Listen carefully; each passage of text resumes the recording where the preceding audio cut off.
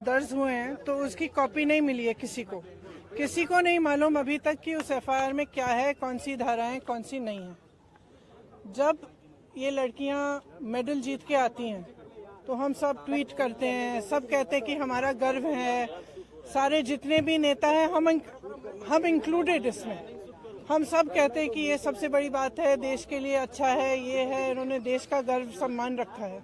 और आज जब सड़क पे बैठी हुई हैं, जब कह रही है कि हमारी बात सुन लीजिए, हमारे साथ गलत हुआ है, तो कोई सुनने को तैयार नहीं। मैंने आपसे, आप बार बार यही कह रहे हैं, मैंने आपसे कहा ना, अगर एफआईआर दर्ज हुए हैं तो कम से कम इनको दिखाना चाहिए कि क्या है, कॉपी देनी चाहिए। मैं आपको पुलिस का स्टैंड बता रहा हूँ। पुलिस का ये कहना है कि 2 एफआईआर उन्होंने इंडिविजुअली दर्ज किए हैं। एक पॉस्को एक्ट, क्योंकि एक माइनर लड़की है, उसकी शिकायत पर पॉस्को एक्ट की धाराओं में, दूसरी जो है छेड़खानी के आरोप में, जो कि सीनियर महिला पहलवानों ने की है। और अब इन्वेस्टिगेशन को लेकर जो होना चाहिए उसको लेकर आपका क्या स्टैंड है? दूसरा ये अरेस्टिंग की जो बात, देखिए सीधी सी बात है, इतने जो सीरियस एलिगेशंस हैं इस शख्स के बारे में, तो पहले रिजाइन तो करें, उनको पद से तो हटाएं। जब तक पद पे हैं तब तक प्रेशर डालते रहेंगे, तब तक करियर बर्बाद करते रहेंगे लोग। इन्वेस्टिगेशन चल रहा है, इसका मतलब क्या है? मतलब क्या है? अगर वो आदमी उसी पद पे है जहां सबसे ज्यादा पावर है सबके ऊपर, सारे प्लेयर्स के ऊपर, इनके करियर को बर्बाद करने के लिए, इनको तंग करने के लिए, प्रेशराइज करने के लिए, तो फिर आप कैसे कह सकते हैं कि एफआईआर इन्वेस्टिगेशन? क्या मतलब है इसका? पहले रिजाइन करिए, उसको हटाएं पद से, उसका पावर तो लीजिए। जिस पावर, जिस सत्ता ने उसको इनेबल किया है कि वो ये सब करे, पर पहले वो तो हटाइए। ये भी कहना है कि क्योंकि रूलिंग पार्टी के सिटिंग एमपी हैं और इस वजह से भी कार्रवाई में देरी हुई है। आप देखिए, जो मैं सुन रही हूँ, जो मुझे बताया गया है, और मैं पूरी तरह से बिलीव करती हूँ, क्योंकि ये लड़कियां जो हैं इतनी मेहनत करती हैं, इतनी ट्रेनिंग के लिए, इतने शोषण इनको देखने पड़ते हैं, इतना करना पड़ता है एज इट इज़, अपनी फैमिलीज के लिए, परिवार के लिए, देश के लिए, प्रदेश के लिए इतना कर रही हैं, तो कुछ कह रही हैं कि इनके साथ, और एक नहीं कह रही है, बहुत सारी ऐसी लड़कियां हैं जिनके साथ ये सब हुआ है। तो मैं समझना चाहती हूँ, एक्चुअली मैं समझना चाहती हूँ कि सरकार इनको बचा क्यों रही है।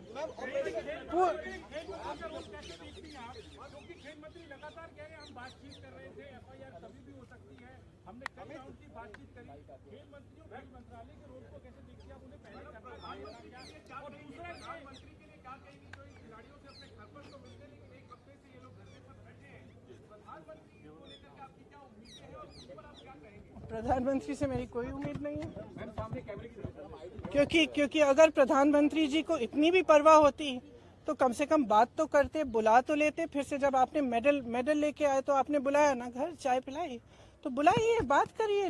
बच्चियां हैं, बच्चियां, हम सबकी बच्चियां हैं। और मतलब और क्या कह रही, ये कह रही है ना कि हमारी 2024 का इलेक्शन है,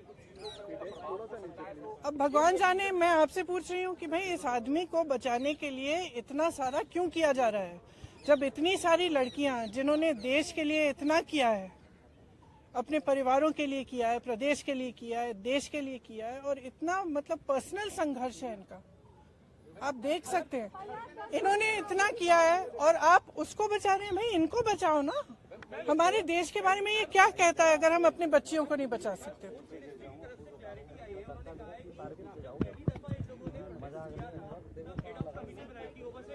देखिए, आप भी जानते हैं, हम भी जानते हैं कि कमेटियां क्या होती हैं। बात टालने का काम होता है कमेटियां। हम कमेटी बना रहे हैं, आप कमेटी के साथ बात कर लो आप, और फिर बात खत्म। यही चाहती है ना सरकार। क्यों?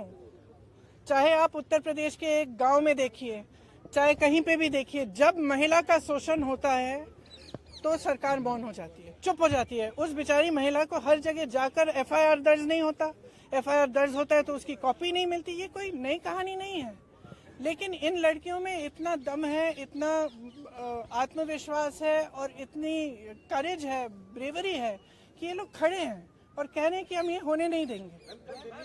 तो पूरा देश, मैं आपको बता सकती हूँ कि प्रधानमंत्री जी पहचाने नहीं पहचाने, इनके मंत्री पहचाने नहीं पहचाने, इनकी सरकार पहचाने नहीं पहचाने, पूरा देश इनके साथ है, पूरा देश। और सिर्फ ये सरकार उस आदमी को बचाना चाहती है। सबसे पहले उस आदमी को उस पद से हटाइए, सबसे पहले। कहा कि इस मामले में कई लूपहोल हैं और राजनीति भी है। ये तो सब देखिए, जैसे ही महिला खड़ी होती है सारे लूपहोल निकल जाते हैं, तमाम ऐसी अफवाहें फैलाई जाती हैं, उस महिला को भी के बारे में भी उल्टी सीधी चीजें कही जाती है, हमेशा आपने देखा है। लेकिन देखिए ये संघर्ष करने वाली महिलाएं हैं, इन्होंने एज इट इज बहुत फेस किया हुआ है और ये फेस करेंगी, ये मुझे समझ में आ रहा है। इसके अलावा यूपी में कई है। आपने तो बहुत पूछ लिया। ऑपरेशन शीश महल में टाइम्स नाउ ने दिखाया कि अरविंद केजरीवाल ने अपने घर में 44 करोड़ उन्होंने खर्च किया सिर्फ टिकट डिजाइन। देखिए आपको पॉलिटिसाइज करना है ये सब, नहीं तो मैं चली जाती हूँ, क्योंकि इसीलिए मैं, यही तो बात है। तो एक्शन तो तब होगा जब पब्लिक प्रेशर आएगा। फ्रैंकली आज ये स्थिति है कि पब्लिक इनके साथ है, पब्लिक प्रेशर डाले। मैं इस देश की हर एक महिला को, हर एक लड़की को कहना चाहती हूँ, ये लड़कियाँ अकेली खड़ी हैं यहाँ, आप इनके साथ खड़े हो और इनकी आवाज़ को आप बुलंद करो, क्योंकि जब तक आप खड़ी नहीं होंगी तब तक कोई एक्शन नहीं होगा। इस मामले को निपटने की कोशिश होगी, उसके बाद कुछ नहीं होगा। तो